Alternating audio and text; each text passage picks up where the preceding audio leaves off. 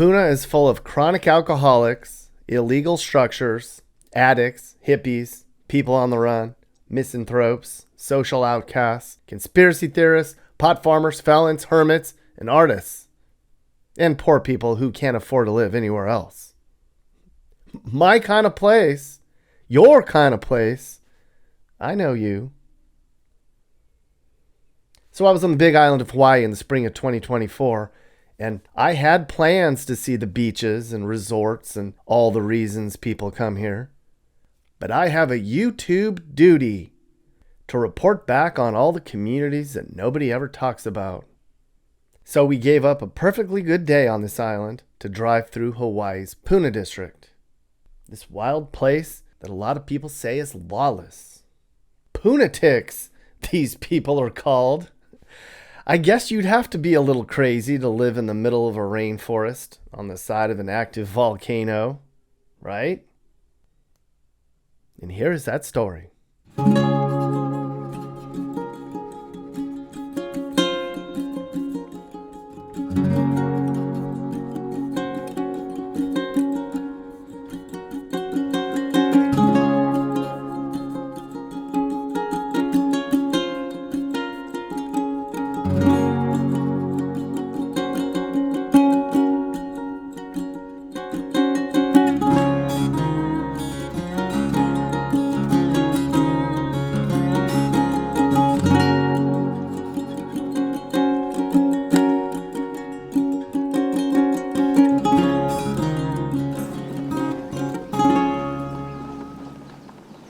What do you think of this road?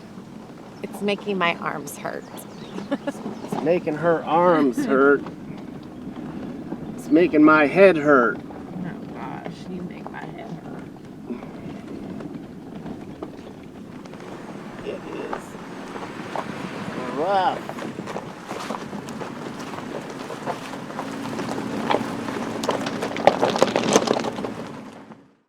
That's Kim and I in a Jeep on a real city road. That's not somebody's property. Looks like it though, doesn't it?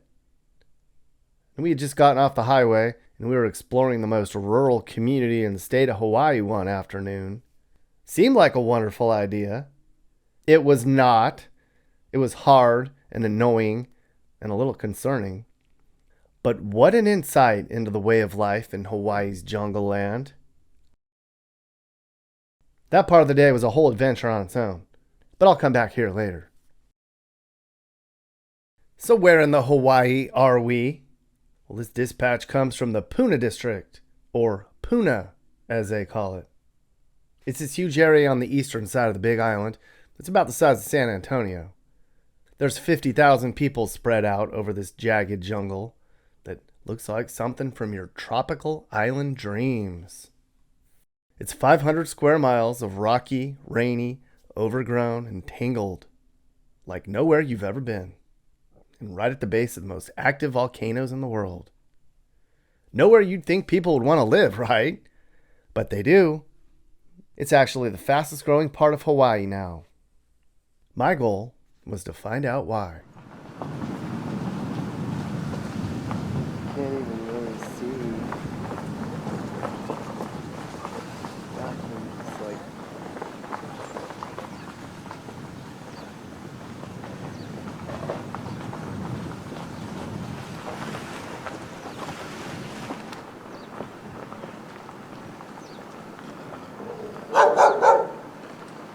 that's a good speed.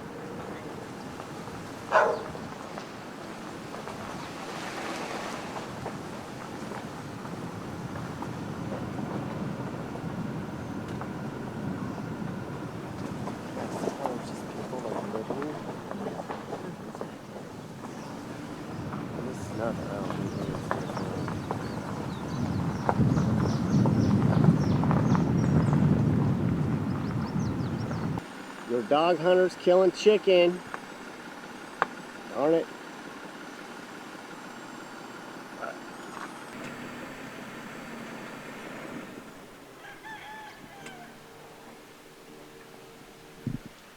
So there's sections of this area that have been carved out into subdivisions. If you look at a map, you'll see that there's different communities here with interesting names. Hawaiian Paradise Park, Hawaiian Acres, Nanawali Estates, Pahoa. Some are more modern than others. But of course, I wanted to see the most hidden parts of this strange land, because that's what you people want to see. It's just a gate. Can't see back there at all. Who knows how far back that goes. It's really quiet out here. There's another gate. Just somebody lives way back there. There's our house. It's pretty much like that all over out here. Off in the distance, that's the volcano.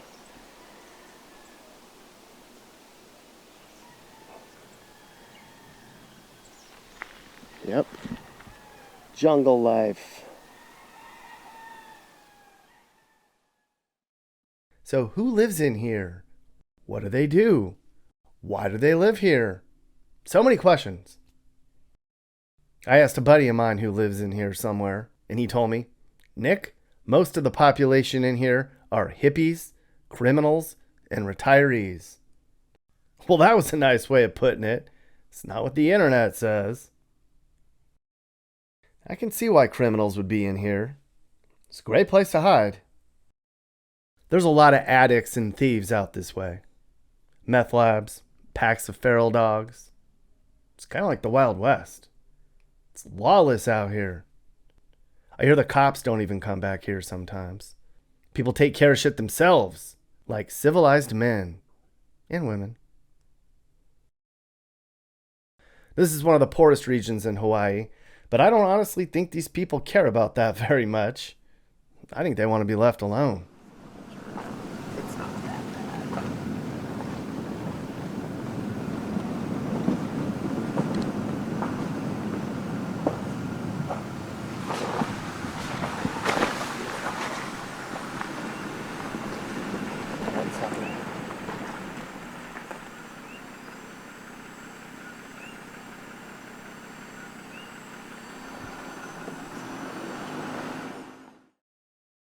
Most of the newcomers wind up here because it's cheap. Acres for 10 grand each. Sometimes even less than that. Now, if you look at a map of all the houses for sale on this island that are under 150,000, almost all of them are right here in this jungle land. Just buy a couple of shipping containers and stick them together, and you have a house. A lot of people out here have creative and cheap ways to piece together a home in here, since there aren't any building codes. So you can live in a shack you build yourself, just like on Gilligan's Island. Across the island in Kona, it's $800K for an average house. In Honolulu, it's $1 million. But right here in Puna, maybe $200 or $300K. There's 4-acre lots out here for $30,000. Plus there's no bills, since you don't have any services. And homeowner's insurance, well, that's silly. Your house is probably going to be lava one day. There's volcanoes all around. I showed that in the previous video. Half the houses in Puna are rated in the highest lava zone, meaning they ain't going to be here forever. So a lot of these people come out here, they buy cheap land, and they just throw shit up. F it.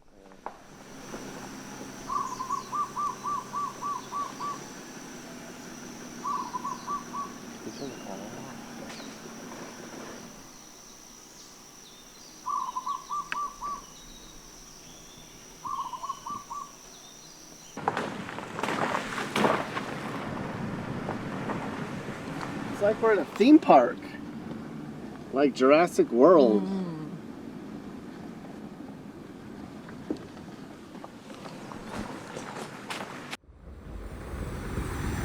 Anthurium stand. What? Coconuts. $4 each or 3 for 10. And they're like literally like all over. But you can buy them here, I guess.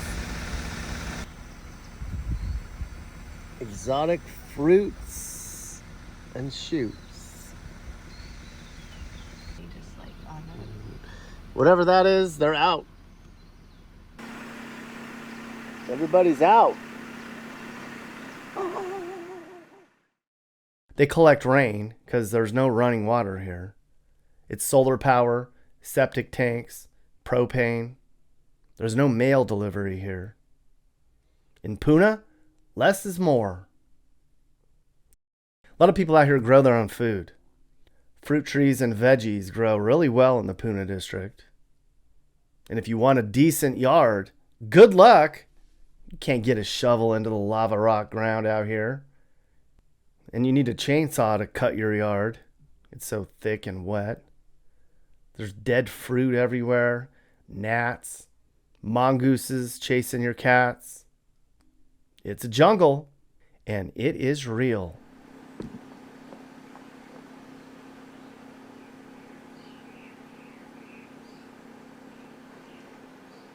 Okay.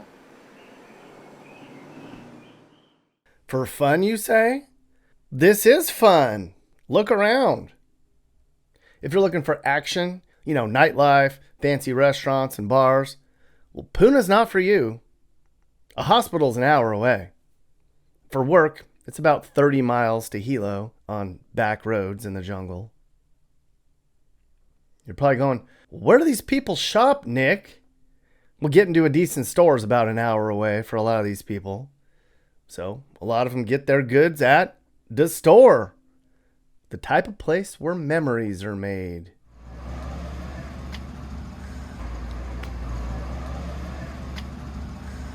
This is the whole community out here. A little place called the store. Kind of out in the middle of the jungle. And this is what they have in here.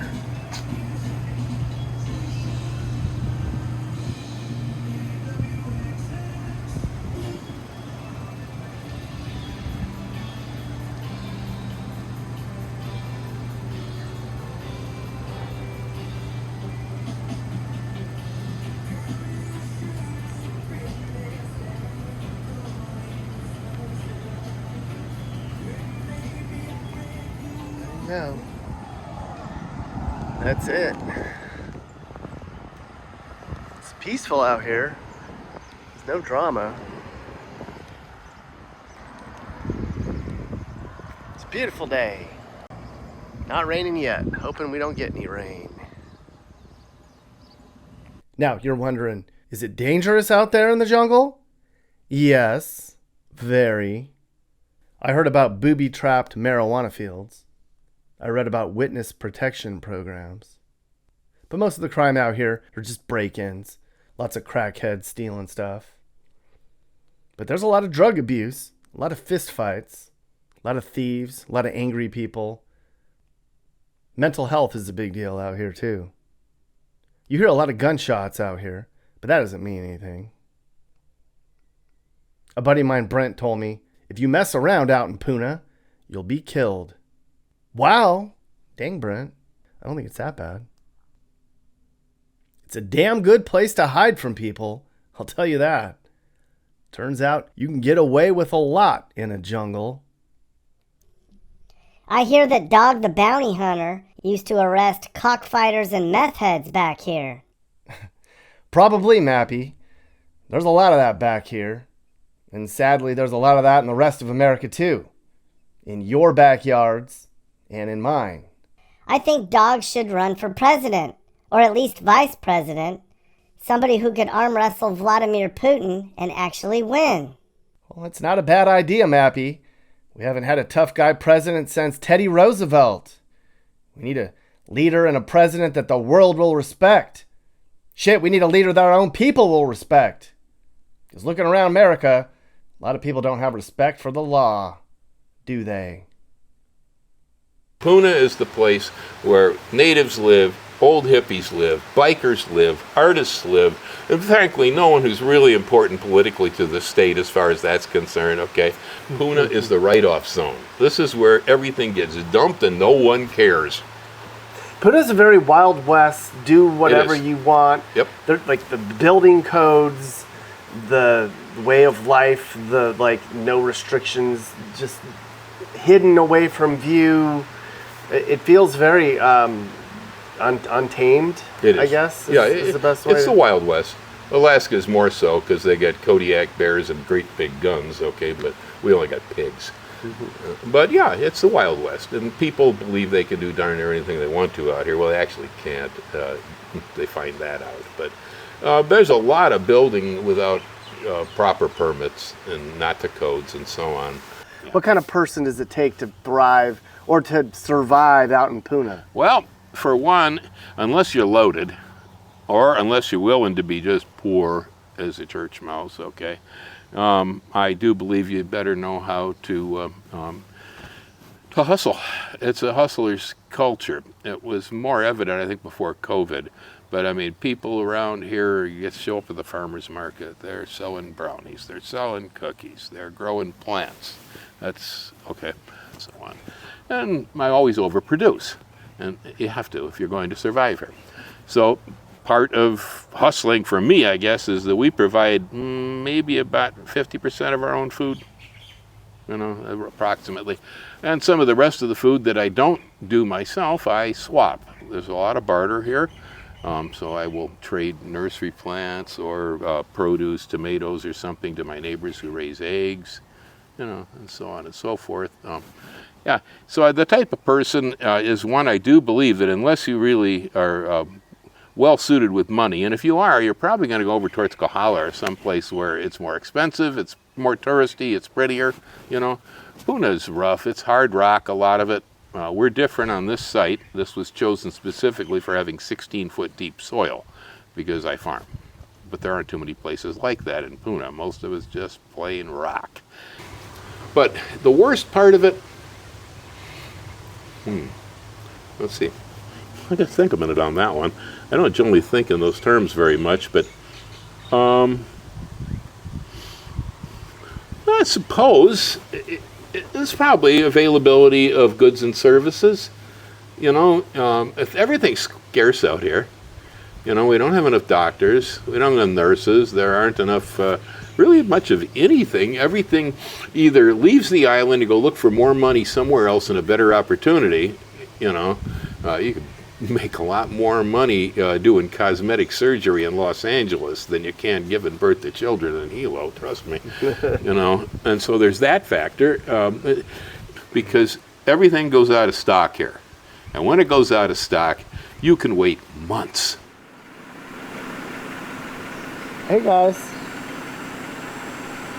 They're looking like what?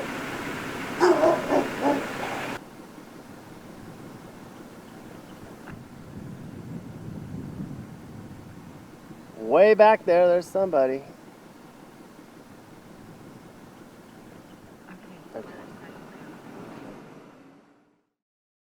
I think you need social support out here. You need people to rely on, people to barter with, people to have your back, look out for your property. If you're a loner, you'll probably get picked apart by the locals. You got to stay in touch with everybody on the coconut wireless out here so you know what's a-happening. I know, a lot of you are like, well, I'd never live here. Why are you showing me this, Nick? And then some of you are like, hell yeah, I'm in. I'm looking up property as I'm watching this.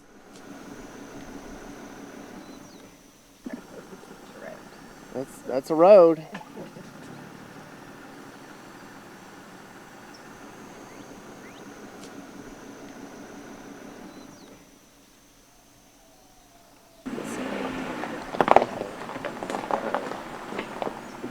Think that's a street sign, not sure. Road 5. So it's so rural and wild back here that people actually get mixed up on which land they actually own. I read about a developer who bought some acreage in here and he built a house. And then he found out that he built it on the wrong lot. He was like, it's hard to know whose land is whose out here. I feel you, brother. I saw it. I usually have a pretty good idea where I'm going to go before I head out. But in a lot of this jungle, it was a guess. Look, Google Street View never came back to a lot of this. There aren't any addresses out this way, and there's really no way to know what a lot of this looks like at the ground level. So You just have to get back here and see it for yourself. So back to that drama with the roads. So it all started out okay. We'd been driving around Jungle Land for hours, and then I told Kim, let's get off the highway and take Road D. Well, I looked on the map and I saw we could drive through this part of the jungle in about 15 minutes.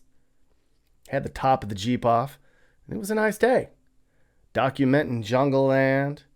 What a great job I have. The road was kind of bad, but not terrible or anything. Oh, stop right there. There's nothing back there. This is the most isolated place I've ever been.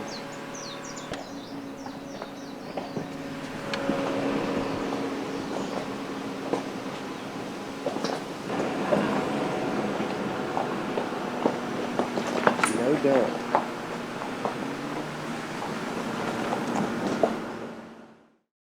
And then the deeper we got into the jungle, the worse the roads got. At one point, I was like, you know what? Let's just get through this. Who cares about recording? I just don't want the wheels to fall off this damn thing. I think this is actually considered paved. But it's not paved very well. And this is the jungle, Kim.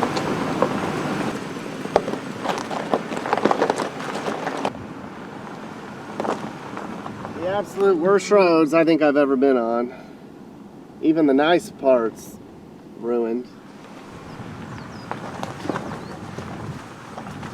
Just a regular.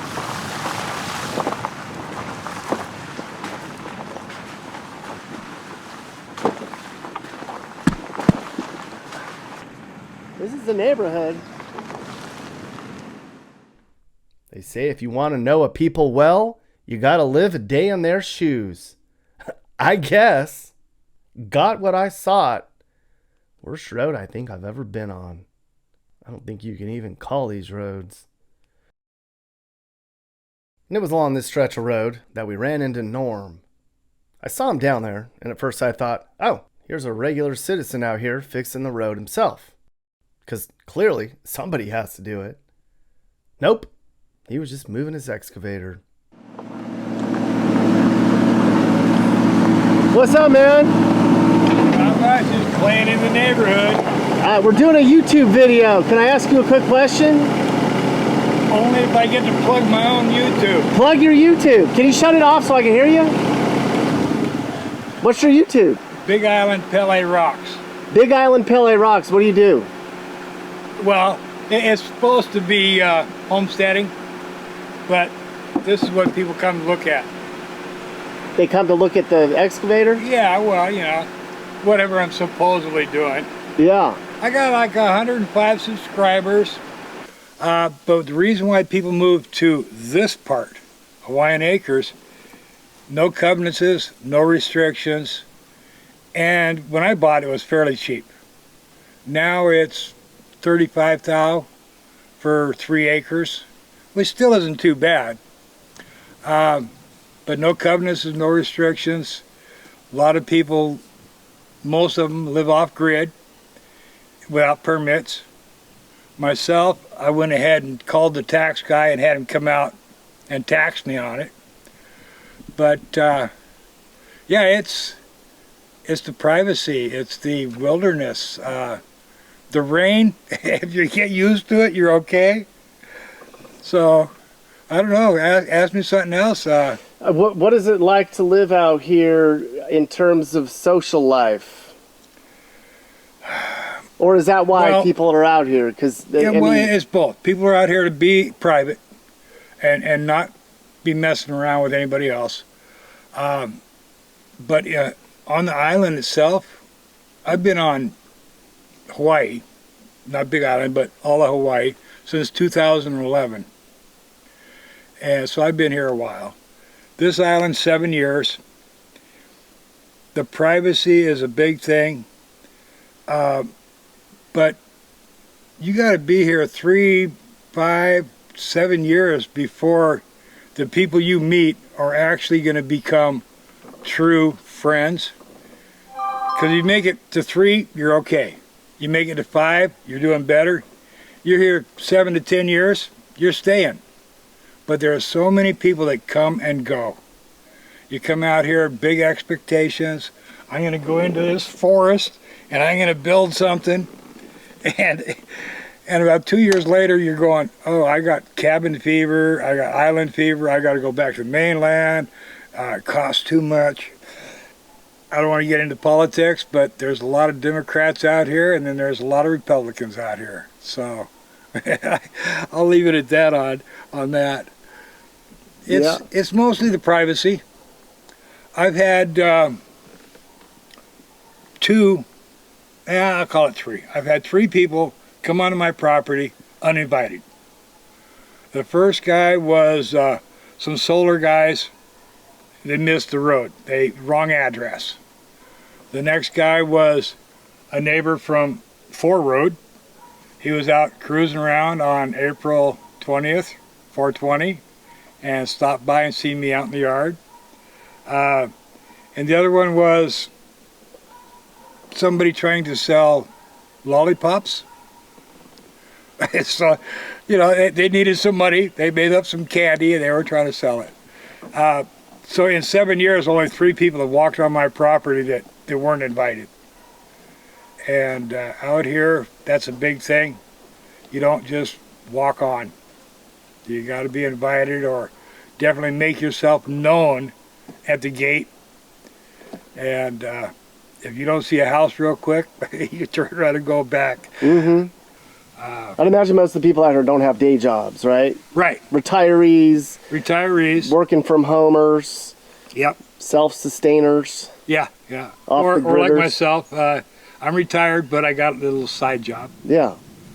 And I enjoy it.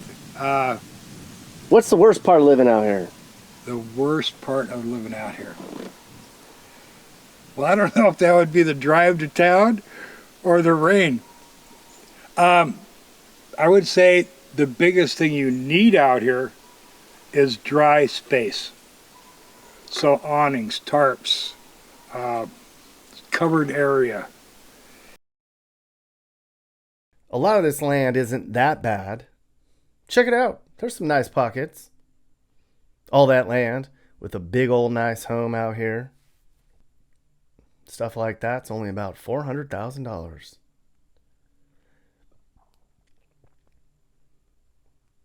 All of Puna isn't random, crazy jungle land. There's some really nice parts of Puna that the tourists see. Over here along the Puna coast, it's pretty nice. There's all these long roads along the water with these rocky beaches that are littered with lava rocks.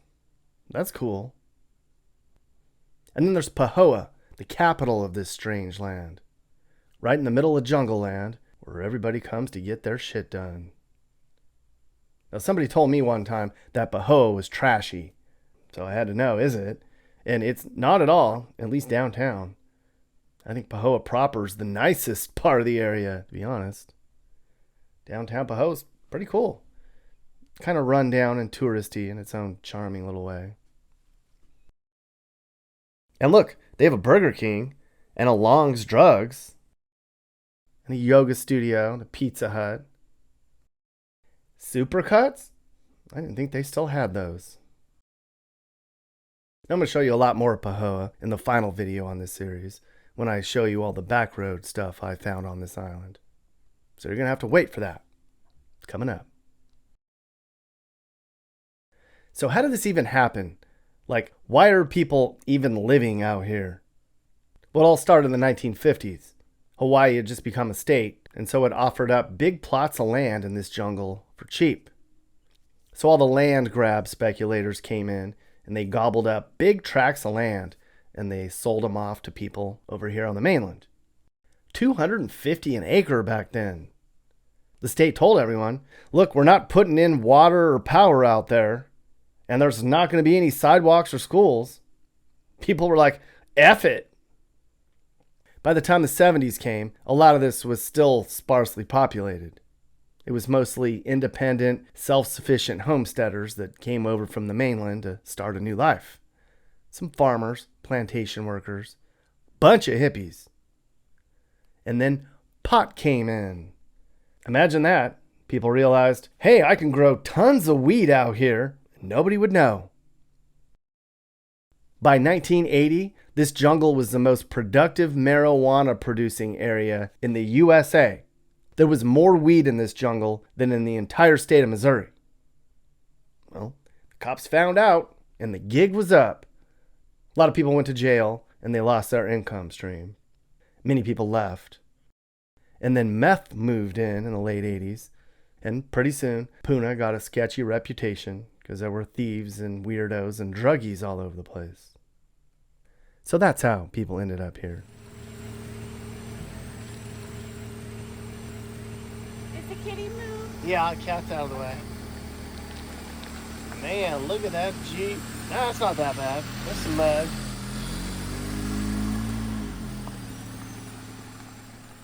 We did it for you, YouTube.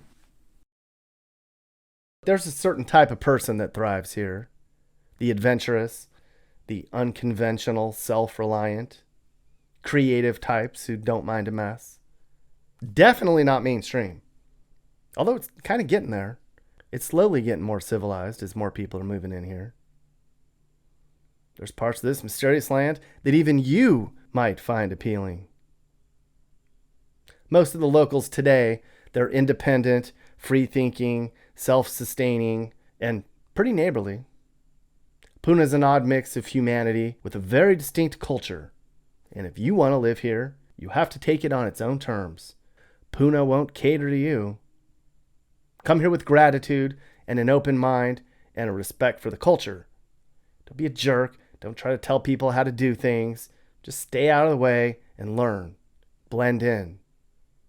The people in here, for the most part, they're really friendly and inviting, as long as you treat them the same way. It really is a simple lifestyle here, and you have to learn to go with the flow. You know the saying, hang loose. Did you ever think you live out in the middle of the jungle? Oh, yeah. Yo. Oh, yeah. Well, maybe not a jungle, a forest. Uh-huh. My first time trying for off-grid living was 1980 in Port Angeles, Washington. And basically there wasn't even solar back then. You could buy a 12-volt light bulb, run it off your car or generator.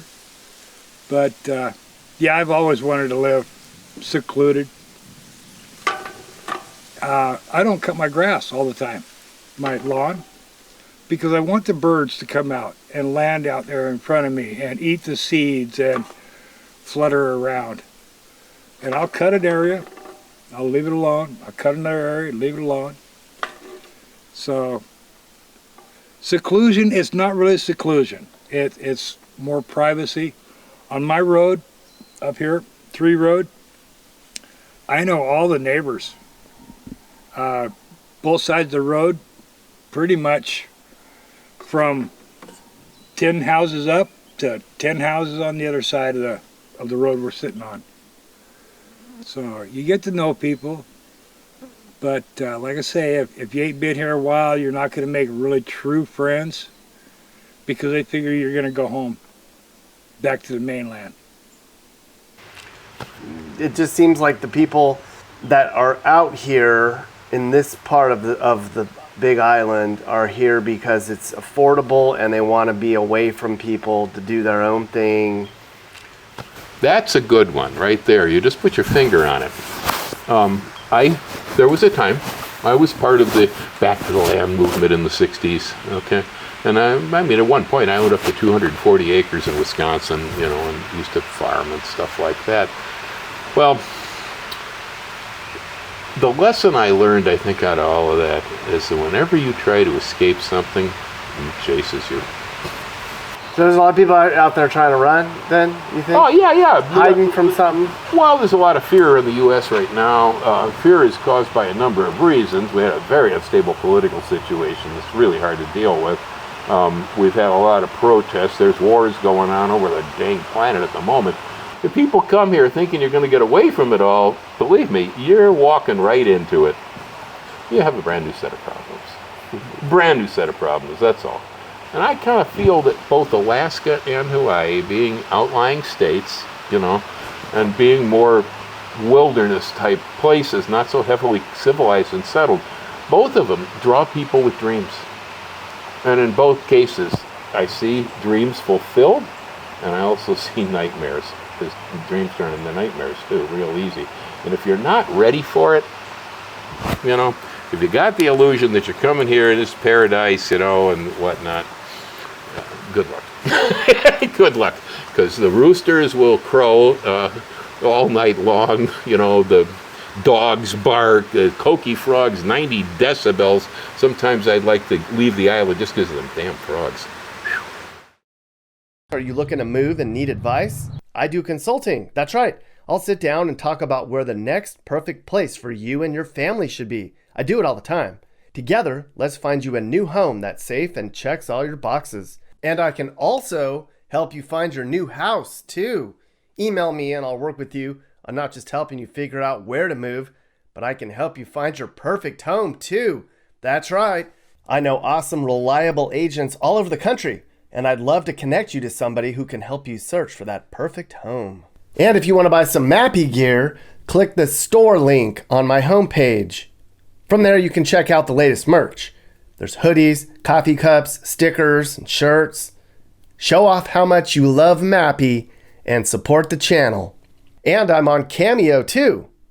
If you want me to send you or somebody you know a personalized video message, go to Cameo and search Nick Johnson YouTube. It's fun. Hey YouTube world, I'm Sage, Nick's manager. You've enjoyed a Corner House Entertainment production, so watch another one.